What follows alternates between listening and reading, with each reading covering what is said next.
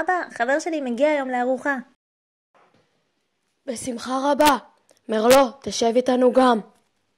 בכיף, הוא אחלה בקבוק. עבדתי איתו פעם באיזה בר. אני הולך היום לארוחת ערב אצל ריזלינג. אבל קבענו לצאת היום. אתה מבריז? עזוב אותו, אחי. תן לו לשבת עם חברה שלו. אנחנו נצא עם הבירות היום. נכון, בירות?